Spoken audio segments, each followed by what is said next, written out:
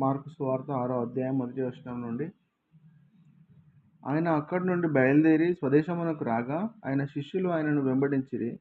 విశ్రాంతి దినము వచ్చినప్పుడు ఆయన సమాజ మందిరంలో బోధనారంభించెను. అనేకులు ఆయన బోధ విని ఆశ్చర్యపడి, ఈ సంగతులు ఇతనికి ఎక్కడి నుండి వచ్చెనో, ఇతనికి ఇయ్యబడిన ఈ జ్ఞానం ఎట్టిది, ఇతని చేతుల వలన ఇట్టి అద్భుతములు జరుగుచున్నవి, ఇదేమి, ఇతడు మరియ కుమారుడు కాడా, ఇతడు యాకోబు, యేసే,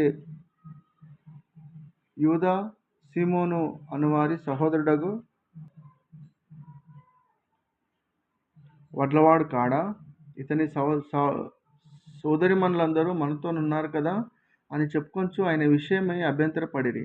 అందుకు యేసు, ప్రవక్త తన దేశంలోనూ తన బంధువుల్లోనూ తన ఇంటివారిలోనూ తప్ప మరి ఎక్కడనో ఘనతహీనుడు కాడని చెప్పాను. అందువలన కొద్దిమంది రోగుల మీద చేతులుంచి వారిని స్వస్థపరచుట తప్ప మరి ఏ అద్భుతములను ఆయన అక్కడ చేయజాలకపోయాను. ఆయన వారి విశ్వాసమునకు ఆశ్చర్యపడెను. ఆయన చుట్టుపట్లనున్న గ్రామంలో తిరుగుచూ బోధించుచుండెను. ఆయన 12 శిష్యులను తన యొద్దకు పిలిచి వారిని ఇద్దరిద్దరినిగా పంపుచు అపవిత్రాత్మల మీద వారి కధికారం ఇచ్చి, ప్రయాణం కొరకు చేతికర్రలను తప్ప రొట్టెనైనను జూలెనైనను సంచిలో సొమ్మునైనను తీసుకొనక, చెప్పులు తొడుక్కొనుడనియు 2 అంగిళ్ళు వేసుకొనవద్దనియు వారికి ఆజ్ఞాపించెను. మరియు ఆయన వారితో ఇట్లనెను, మీరెక్కడ ఒక ఇంట ప్రవేశించెదరో అక్కడ నుండి మీరు బయలుదేరు వరకు ఆ ఇంటనే బస చేయుడి. ఏ స్థలమందైనను జనులు మిమ్మను చేర్చుకొనక మీ మాటలు వినకుంటే, మీరు అక్కడి నుండి బయలుదేరినప్పుడు వారి మీద సాక్ష్యంగా ఉండుటకు మీ పాదముల కింది దులిపివేయుడి. కాగా వారు మారు పొందవలనని అనేక దయ్యములు వెళ్ళగొట్టుచు నూనె అనేకులకు రోగులను స్వస్థపరచుచుండిరి. ఆయన కీర్తి ప్రసిద్ధమాయెను గనుక రాజైన హేరోదు ఆయనను గూర్చి విని, బాప్తిస్మము యోహాను మృతులలో నుండి లేచియున్నాడు గనుక అతని యందు అద్భుతములు క్రియారూపములగుచున్నవని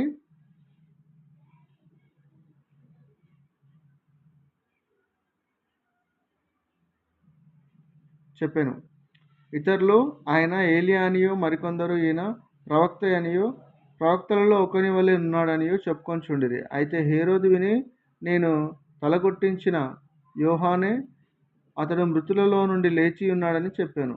హేరోదు తన సహోదరుడగు ఫిలిప్పు భార్య అయిన హేరోదియను పెళ్లి చేసుకొనినందున, యోహాను నీ సహోదరుని భార్యను చేర్చుకొనుట నీకు న్యాయం కాదని హేరోదుతో చెప్పాను గనుక అతడు ఆమె నిమిత్తము యోహానును పట్టి తెప్పించి చెరసాలలో బంధించి ఉండెను.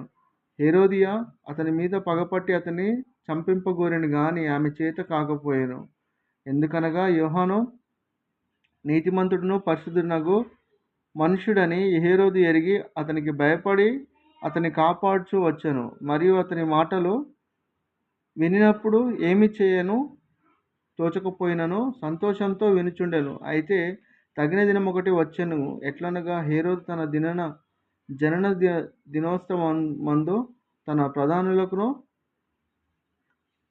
సహస్రాధిపతులకును గల్లియ ప్రముఖులకును విందు చేయించెను. అప్పుడు హేరోదియ కుమార్తె లోపలికి వచ్చి నాట్యమాడి హేరోదును అతనితో కూడా పంక్తిని కూర్చుని ఉన్న వారిని సంతోషపరిచెను గనుక రాజు, నీకిష్టమైనది ఏదైనను నన్ను అడుగుము, నేను నీకిచ్చుదనని ఆ చిన్నదానితో చెప్పాను.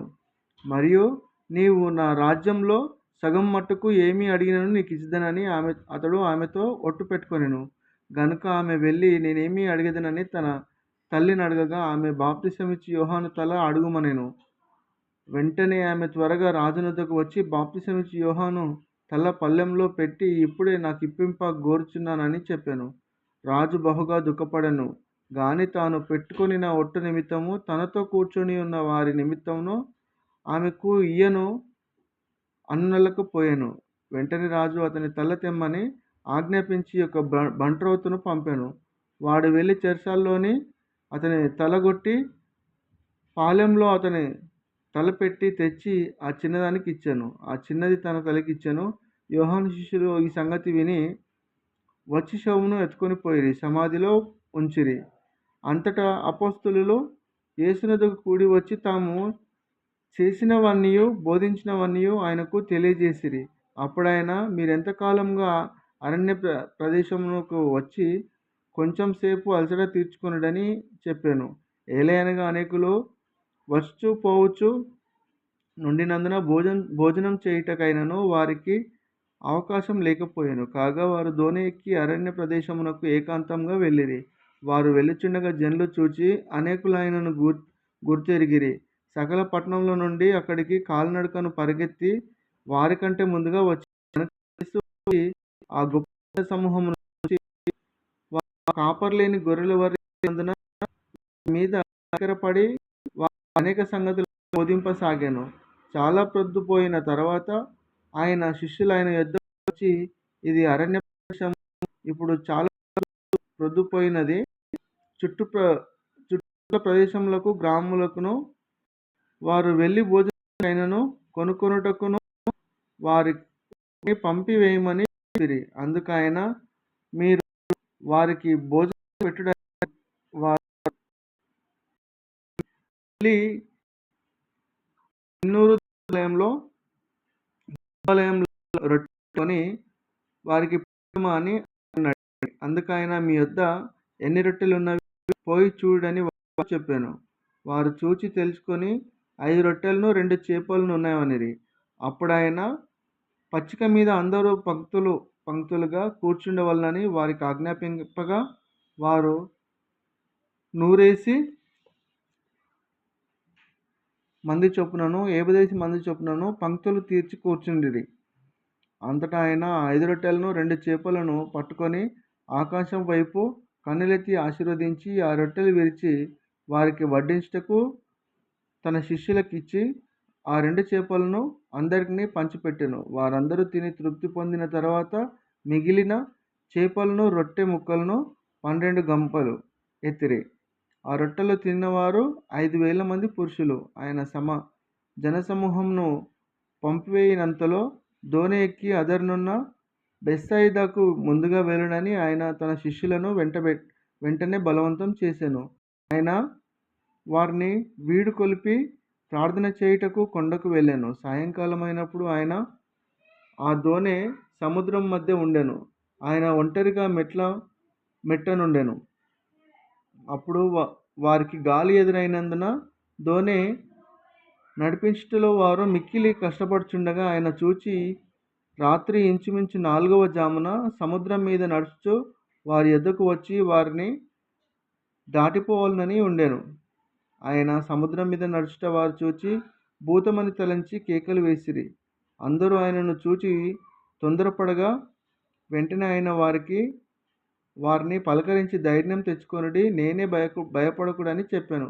తర్వాత ఆయన దోణి ఎక్కి వారి యొద్దకు వచ్చినప్పుడు గాలి అణిగెను.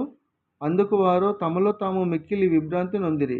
అయినను వారి హృదయములు కఠినమైనను గనుక వారు రొట్టెలను గూర్చిన సంగతి గ్రహింపలేదు. వారు అవతలకు వెళ్ళి గెన్నేసరేతు దగ్గర ఒడ్డుకు వచ్చి దరి పట్టిరి. వారు దోణి దిగగానే జనులు ఆయనను గుర్తుపట్టి ఆ ప్రదేశమందంతటా పరిగెత్తుకొని పోయి ఆయన ఉన్నాడని విన్న చోటునకు రోగులను మంచంల మీద మోసుకొని వచ్చుటకు మొదలుపెట్టిరి. గ్రామములలోను పట్టణములలోను పల్లెటూళ్ళలోనూ ఆయన ఎక్కడ ప్రవేశించెనో అక్కడి జనులు రోగులను సంత వీధులలో ఉంచి వారిని ఆయన వస్త్రపు చెంగు మాత్రము నిమ్మని ఆయనను వేడుకొనుచుండిరి. ఆయనను ముట్టిన వారందరూ స్వస్థత నొందిరి. దేవుడిచ్చిన వాక్యం దీవించి ఆశీర్వదించబడును గాక. ఆమేన్.